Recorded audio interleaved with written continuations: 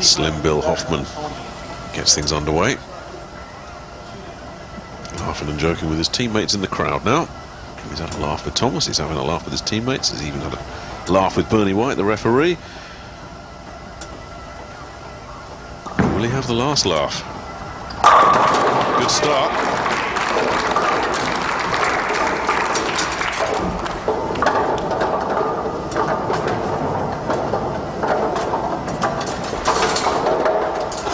Straight and true and into the pocket.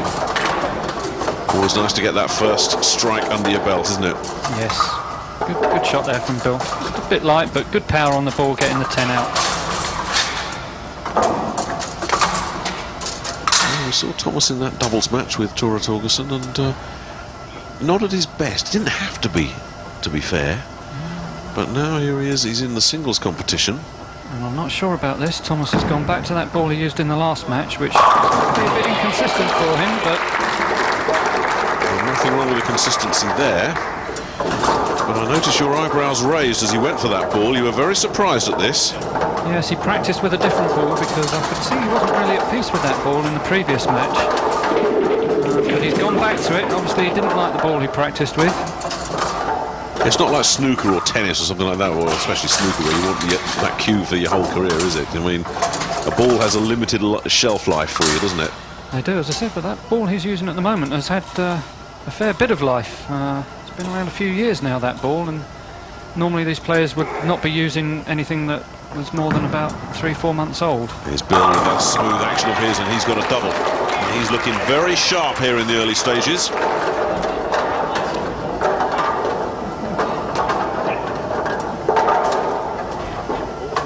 Very smooth at the point of attack, isn't he? Yes, and excellent balance at the foul line. You have to have that. It's a good solid platform from which to let go of the ball. If you're not balanced, then it's very difficult to deliver the ball consistently.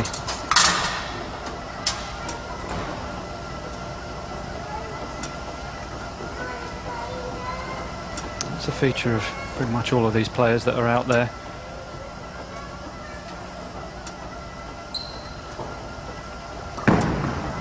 Leanderrson, still with that ball, still striking. Singles, maybe it's my imagination, when they go one-on-one in the Gladiator Bear Pit, all these fellas seem to raise their game that little bit, don't they? Yes, the vast majority of the tournaments that you have around the world are singles-based tournaments, and I think it's the format that they're most comfortable with. It's almost like when you play doubles, it's like, oh, the other guy will dig me out of the hole. And of course here, when you're on your own, it's you or nobody. And it really sharpens the focus. That's right. Let's see how focused Bill is. Thomas making that ball work this time. Started with a double. Here goes Bill for a turkey. Gobbled it up.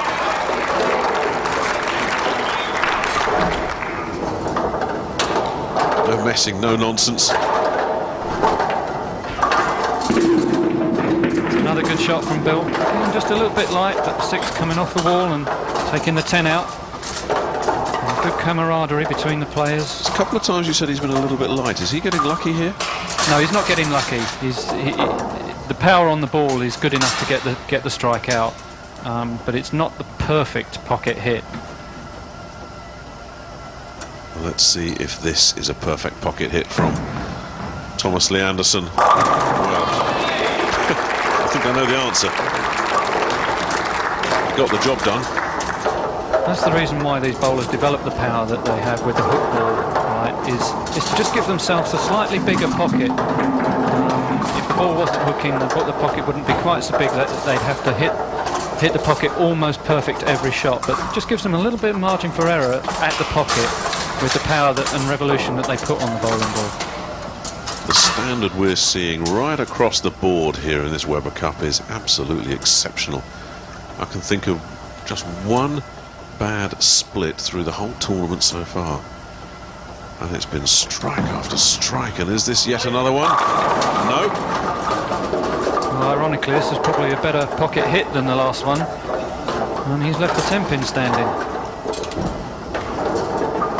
Taking his spare ball out, throwing it pretty straight across the lane from left to right.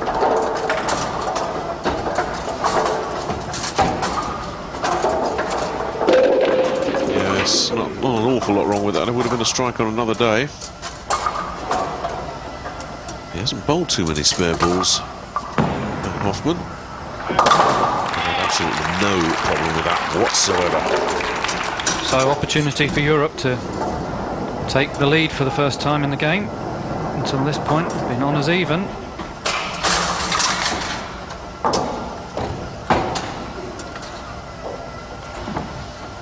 Can Thomas get the four-bagger?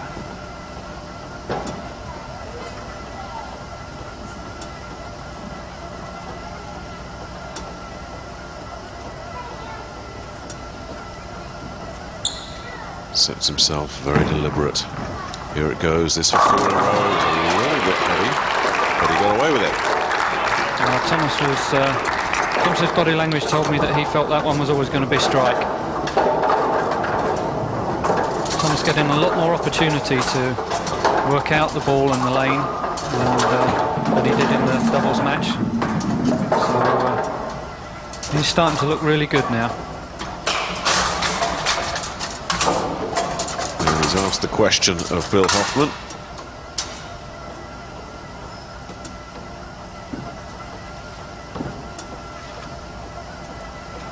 And Hoffman needs to find a response. Wide and then hooks. Just seemed a bit wide, that one.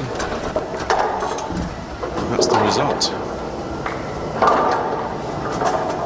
Yes, ball head in the pocket, just too thin here. See the beautiful view of the head pin going in front of the 2 pin there, showing that the ball didn't really get up to a good pocket hit.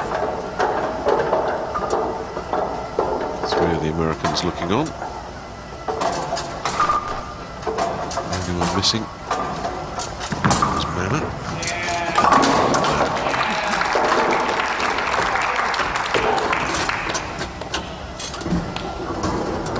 But another spare gives Leanderrson an opportunity to just build on his lead a little bit.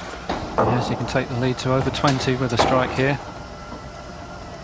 It's going to be hard for Bill to pull back.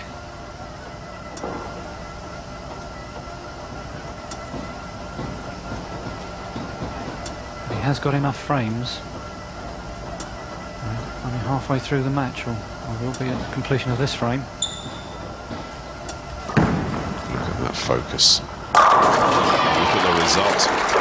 Yeah, he's seen Torgerson come to within 1 pin of a perfect game. And he's thinking, well, if my buddy can do it, I can do it maybe. Maybe go one better.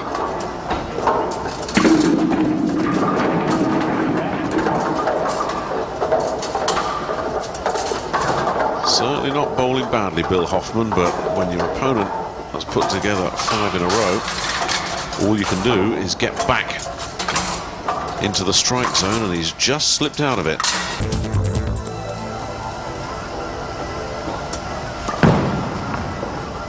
That's more like it.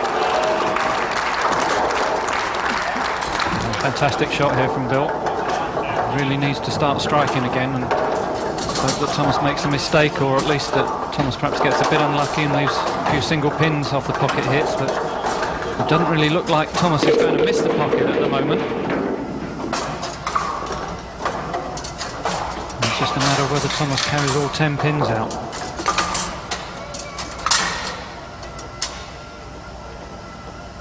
Five out of 5 for Leanderrson.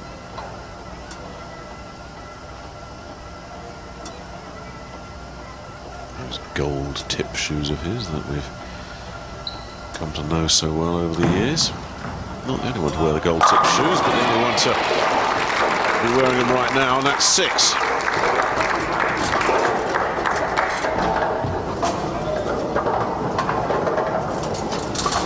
Well done, Thomas. Perfect start, half of his game over.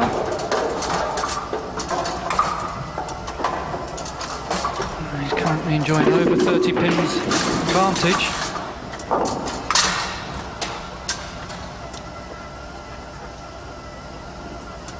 So Hoffman needs this double, doesn't he? He really does. Just a couple of spares, not bowling badly at all.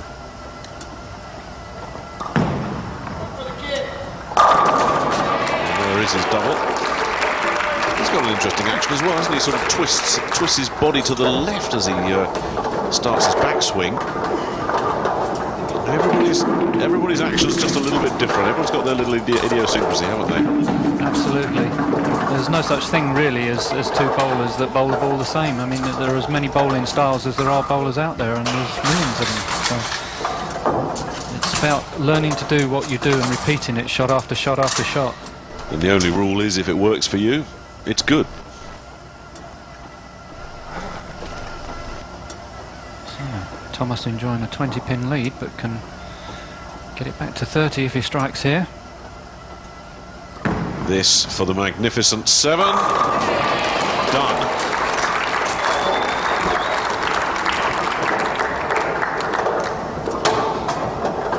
This is fantastic bowling from Thomas, considering he was undecided about this ball in practice. He's made the decision at the end of practice to go back to that ball, and he's really made it work. Yes, how ironic at the start of this match, Richard. You were raising your eyebrows at that and wondering if it was the right thing to do, and Thomas has answered that question for us, hasn't he? He certainly has. So, the magnificent 7 for Leanderrson. It could be high noon for Hoffman.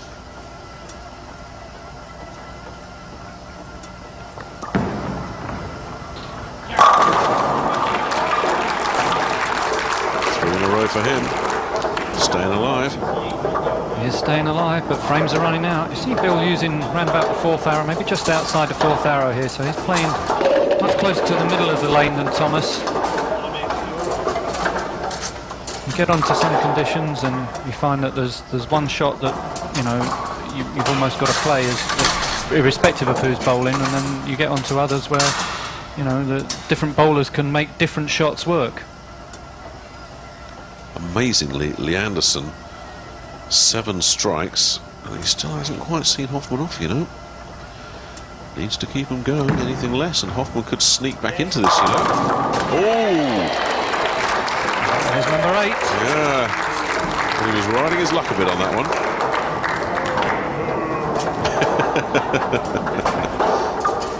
Pressure, what pressure? Thomas, I think, using just inside the 2nd arrow, so he's a good 7 or 8 boards further to the right at his target than Bill Hoffman is. 32. But they're both equally effective.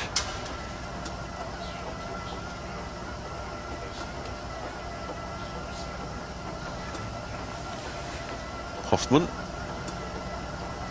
Frame 9. Well, Bill Hoffman's bowling a pretty good game himself. But Tora Torgerson there, just sitting above Tim Mack, came within 1 pin of perfection. Wouldn't he just love his buddy Thomas Leanderrson bowling a perfect game here? We all would, let's face it. Oh, absolutely. Any of them. Yes. Any of them. We'd love to see a perfect game, no matter where the source. Well, he's bowled 8. And you think he's gone a long way, but he's really only 2/3 the distance.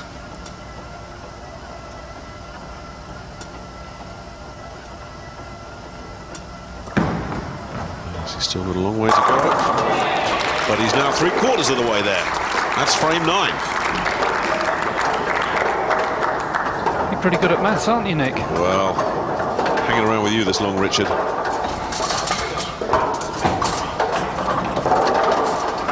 And is he thinking about the 300 game, Richard, or do you bowlers don't even allow yourself to think about that?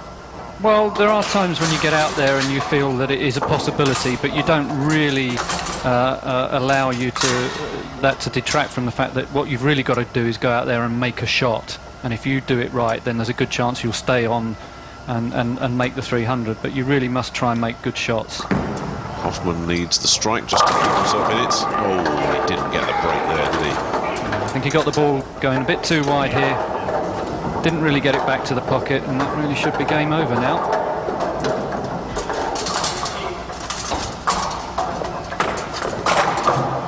Certainly hasn't bowled badly, has he? He's had 7 strikes, 3 spares, assuming this one's a spare as well, which it really should be. And yet he's in danger of being hammered out of sight. It'll be a rough game this sometimes. Ask Mike Mullen. Absolutely. Mullen lost on 279, and Tim Mack is watching another one of his singles boys going down here, really through no fault of his own. I mean, there won't be much he's going to say to these fellas, is there? He can't be unhappy with what's happened so far. There's been exceptional bowling, especially in the singles, from the Europeans. And finishes with a 9. And if I've done my sums correctly, that is a far from shabby 246. Yes, you are good at maths. There it is. 246, and you reckon that would win most games, but it isn't going to win this one. Well, I'm good enough at maths to know that if Thomas Leanderrson bowls 3 more strikes, he's on 300. Everybody knows it. 9 in a row so far, but still a lot of work to do. Now, come on, Thomas. Is this number 10? Yes! Well, that looks about the best shot of the game. And if you want to be throwing it really sweet, the 10th frame is the time to start doing it if you've already got the first 9.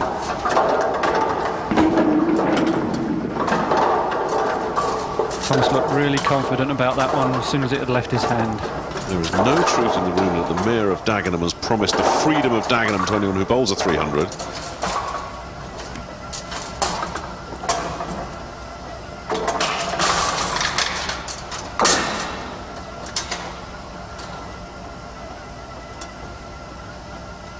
He's got 10. He needs 2 more. Everybody willing a strike here. Even the Americans want this. Oh. What a horrible game this can be sometimes. So close, just like his mate. And there he is, he's looking over at Torgerson as well, as if to say, yeah, I couldn't do it either. You see the ball just a bit too heavy on the head pin, leaving the 4. No, so close. Not quite as close as Torgerson, who got it down to that very last ball. A disappointment in one sense for Thomas Leanderrson. He didn't get the 300, but perhaps more significantly in the context of the Weber Cup, he got what he needed. 289 to Hoffman's 246, a win by 43 pins, and Team Europe take a 4-2 lead here in the Weber Cup.